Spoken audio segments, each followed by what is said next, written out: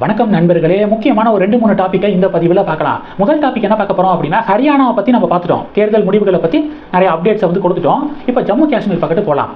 ஜம்மு காஷ்மீர்லையும் மொத்தம் 90 தொகுதிகள். ஆர்டிகல் 370 நீக்கிய பிறகு நடக்கக்கூடிய ஃபர்ஸ்ட் சட்டமன்ற தேர்தல். அமைதியான முறையில் எலெக்ஷன் வந்து நடந்துச்சு. முன்னாடியெல்லாம் தேர்தல் நேரத்தில் ஏகப்பட்ட குண்டுவெடிப்பு, வயலன்ஸ் வந்து நடக்கும். ஆனால் இப்போ ஆர்டிகல் 370 பேன் பண்ண பிறகு காஷ்மீர் ஒரு அமைதியான ஒரு பகுதியாக வந்து மாறிடுச்சு. அதனால எந்த ஒரு சின்ன அசம்பாவிதம் கூட நடக்கலை. வாக்கு எண்ணிக்கை அப்போ 3 கட்டங்களாக எலெக்ஷன் நடந்துச்சு. சரி, இப்போ இருக்கக்கூடிய அப்டேட்டுக்கு வரலாம். என்னன்னா, இன்னைக்கு வாக்கு எண்ணிக்கை. இந்த வாக்கு எண்ணிக்கையில் மொத்தம் 3 முனை போட்டி அங்கே வந்து நடக்குது. ஒன்று பாஜக, இன்னொன்று பார்த்தீங்கன்னா தேசிய மாநாடு கட்சி மற்றும் காங்கிரஸ் இங்கே கூட்டணி அமைச்சிருக்காங்க. 3வது மெஹபூபா முஃப்தியுடைய பார்ட்டி, பீப்புள்ஸ் டெமோக்ராட்டிக் பார்ட்டி. மும்முனை போட்டி வந்து நடக்குதா. இதில் எல்லா கருத்து கணிப்புகளும் என்ன சொன்னாங்கன்னா, தேசிய மாநாடு மற்றும் காங்கிரஸ் இவங்களுடைய கூட்டணி ஆட்சியை பிடிப்பதற்கான சூழல் இருக்கு அப்படின்னு சொல்லிட்டு கருத்து கணிப்பை ரிலீஸ் பண்ணியிருந்தாங்க. அந்த கருத்து கணிப்பு முடிவுப்படியே அப்படியே ரிசல்ட் வந்து அமைஞ்சிருக்கு. இப்போதைய நிலவரப்படி, அதாவது மதியானம் 2 மணி நிலவரப்படி, அங்கே பார்த்தீங்கன்னா 50 தொகுதிகளுக்கு மேலே தேசிய மாநாடு கட்சி மற்றும் காங்கிரஸுடைய கூட்டணி முன்னிலை வகிக்கிறது அப்படிங்கிற ஒரு அப்டேட்டை பார்க்குறோம். 50 தொகுதிகளுக்கு மேலே 45 தொகுதிகளை கிராஸ் பண்ணாலே அது வந்து மெஜாரிட்டி. ஸோ 50 வந்து கிராஸ் பண்ணதுனால அவங்க தான் ஆட்சி அமைப்பதற்கான சூழல் வந்து உருவாயிருக்கு. சிங்கிள் லார்ஜஸ்ட் பார்ட்டியாக தேசிய மாநாடு கட்சி வந்து இருக்காங்க. 43 தொகுதிகளில் லீடிங்கில் இருக்காங்க தேசிய மாநாடு கட்சி அப்படிங்கிறத பார்க்குறோம். 2வது பெரிய கட்சியாக இங்கே பிஜேபி வந்து உருவாயிருக்கு. மொத்தம் 29 தொகுதிகளில் பிஜேபி இங்கே லீடிங்கில் வந்து இருக்காங்க. 2வது செகண்ட் லார்ஜஸ்ட் பார்ட்டியாக பிஜேபி. அப்போ காங்கிரஸ் அப்படின்னு சில பேர் கேட்கலாம். காங்கிரஸ் அங்கே ஒரு பெரிய பர்ஃபார்மன்ஸ்லாம் கொடுக்கல அப்படிங்கிறத டேட்டாஸ் வந்து நம்மளுக்கு காட்டுது. மொத்தம் காங்கிரஸ் ஜம்மு காஷ்மீரை பொறுத்த வரைக்கும் 38 தொகுதிகளில் வந்து போட்டிட்டு இருக்காங்க. அவங்க போட்டிட்ட 38 தொகுதிகளில் வெறும் 8 தொகுதிகளில் மட்டும்தான் காங்கிரஸ் லீடிங்கில் இருக்காங்க அப்படிங்கிற டேட்டா கிடைச்சிருக்கு. 38ல் வெறும் 8 தொகுதிகளில் தான் காங்கிரஸ் லீடிங்கில் வந்து இருக்காங்க. அடுத்து மெஹபூபாவுடைய பார்ட்டி, பீப்புள்ஸ் டெமோக்ராட்டிக் பார்ட்டி 2 தொகுதிகளில் லீடிங்கில் இருக்காங்க. அதர்ஸ் பார்த்தீங்கன்னா 6 தொகுதிகளில் லீடிங்கில் இருக்காங்க அப்படிங்கிற ஒரு டேட்டா வந்து கிடச்சிருக்கு. இதில் முக்கியமாக பிஜேபியுடைய குரோத்தை பற்றி நம்ம சொல்லி ஆகணும். ஜம்மு காஷ்மீரில் இஸ்லாமியர்களுடைய வாக்குகள் அதிகமாக இருக்குது. ஒவ்வொரு தொகுதியிலையும் அங்கே மேக்சிமம் மெஜாரிட்டி இஸ்லாமியர்கள் இருக்காங்க. இது காஷ்மீரை பொறுத்த வரைக்கும்.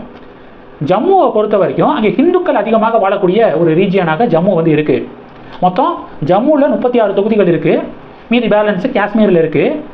ஹிந்துக்கள் அதிகமாக வாழக்கூடிய ஜம்முவில் என்ன ரிசல்ட்டு அப்படிங்கிறத பார்க்கலாம். ஏன்னா பிஜேபியுடைய ஒரு பெரிய கோர் ஓட் பேங்க்கு ஹிந்துக்களுடைய வாக்குகள் தான்.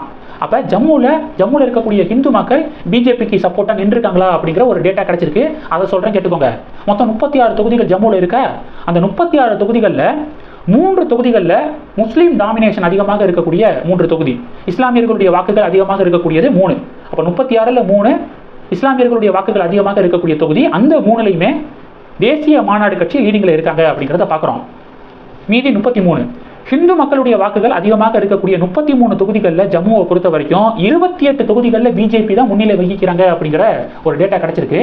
இதுதான் இந்திய கூட்டணிக்கு பெரிய ஒரு கதறலை ஏற்படுத்தியிருக்கு. பிஜேபியுடைய ஹிந்து ஓட் பேங்கை வந்து பிரிச்சரணும் அப்படின்னு சொல்லிட்டு காங்கிரஸ் பல முயற்சிகளை மேற்கொண்டு இருக்காங்க.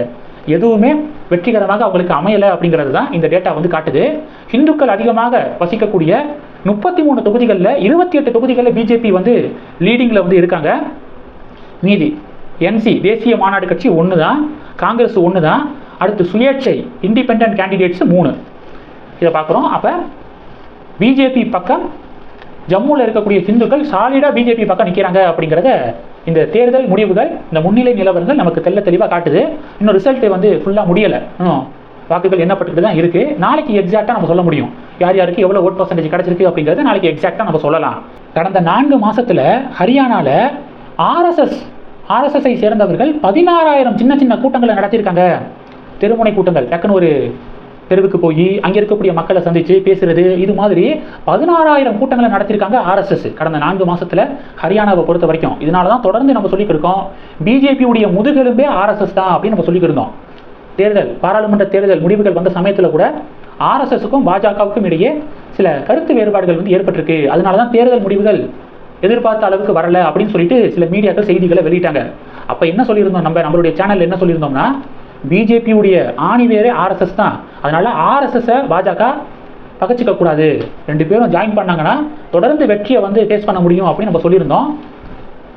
இடையே இருந்த பிரச்சனைகள் எல்லாத்தையும் சால்வ் பண்ணி பிஜேபிக்காக ஆர்எஸ்எஸ் ஹரியானாவில் மிக தீவிரமாக களப்பணி வந்து ஆட்சி இருக்காங்க. அதனுடைய ரிசல்ட் தான் இன்னைக்கு நம்ம பார்க்குறோம். யாரும் எதிர்பாராத வகையில் பிஜேபி அங்கே தனிப்பெரும்பான்மையோட ஆட்சியை பிடிச்சிருக்கு அப்படிங்கிற டேட்டா கிடைச்சிருக்கு. ஸோ டேட்டா என்ன அப்படின்னா, கடந்த 4 மாதத்தில் 16,000க்கும் அதிகமான சின்ன சின்ன கூட்டங்களில் ஆர்எஸ்எஸ் அங்கே நடத்தி பிஜேபிக்காக ஓட்டு கேட்டிருக்காங்க அப்படிங்கிற ஒரு டேட்டாவை பார்க்க முடியுது. கடைசி டாபிக் என்ன பார்க்க போகிறோன்னா, பாகிஸ்தானில் நடந்த ஒரு செய்தியை பார்க்கலாம். நம்ம நேற்றே சொல்லியிருந்தோம், கராச்சியில் வந்து ஜின்னா இன்டர்நேஷ்னல் ஏர்போர்ட் பக்கத்தில் ஒரு பாம்பு வந்து வெடிச்சிருக்கு அப்படின்னு நம்ம சொல்லியிருந்தோம். பலோச் விடுதலை படை அந்த குண்டு வெடிப்புக்கு பொறுப்பேற்றுக்கிட்டாங்க அப்படின்னு நம்ம வந்து சொல்லியிருந்தோமா. இப்போ விஷயம் என்னென்னா, சீன நாட்டை சேர்ந்து சில பேர் வந்து இறந்து போயிருக்காங்க. இப்போ விஷயம் என்ன அப்படின்னா, ஒரு புகைப்படத்தை பார்க்க முடியுது. அந்த குண்டு வெடிப்பு நடந்துச்சு பார்த்தீங்களா, அந்த குண்டு வெடிப்பு நடந்த அந்த இடத்துக்கு பக்கத்திலே ஒரு போர்டை வந்து பார்க்க முடியுது. என்ன பேர் போட்டிருக்கு அந்த போர்டு அப்படின்னா, welcome to Karachi, city of peace. கராச்சிக்கு அன்புடன் வரவேற்கிறோம், அமைதியின் நகரம் கராச்சி அப்படின்னு சொல்லிட்டு ஒரு பேர் வந்து போட்டிருக்கு. அமைதியின் நகரமா? அந்த போர்டு இருக்குது, அந்த போர்டுக்கு பக்கத்திலே வெடிகுண்டு வந்து நடந்திருக்கு. பின்ன எப்படி அமைதியான நகரம்னு சொல்கிறீங்க அப்படின்னு சொல்லிட்டு சமூக வலைதளத்தில் இந்த புகைப்படத்தை ஷேர் பண்ணி இப்போ பாகிஸ்தானை பங்கமாக கலாய்ச்சிட்டு இருக்காங்க இந்திய மக்கள். இந்த டாபிக்ஸ் எல்லாத்தையும் பற்றி உங்களுடைய பார்வைகளை மறக்காமல் கமெண்ட் பண்ணுங்கள். இந்த வீடியோ பிடிச்சிருந்துச்சுன்னா லைக் பண்ணுங்கள், ஷேர் பண்ணுங்கள், மறக்காமல் நம்ம சேனலை சப்ஸ்கிரைப் பண்ணுங்கள். மேலும் நம்ம சேனலுக்கு சப்போர்ட் பண்ணணும் அப்படின்னு ஆசைப்பட்டீங்கன்னா, நான் பேசக்கூடிய வீடியோக்கு கீழே நன்றி அப்படிங்கிற ஆப்ஷன் இருக்குது. அதை கிளிக் பண்ணி உங்களால் முடிந்த தொகையை சேனல் வளர்ச்சிக்காக கொடுத்து உதவி செய்யலாம். இல்லை ஜாயின் பட்டனை கிளிக் பண்ணி நம்ம சேனலுக்கு மெம்பராக வந்து ஆகலாம். நன்றி. ஜெய் ஹிந்த்.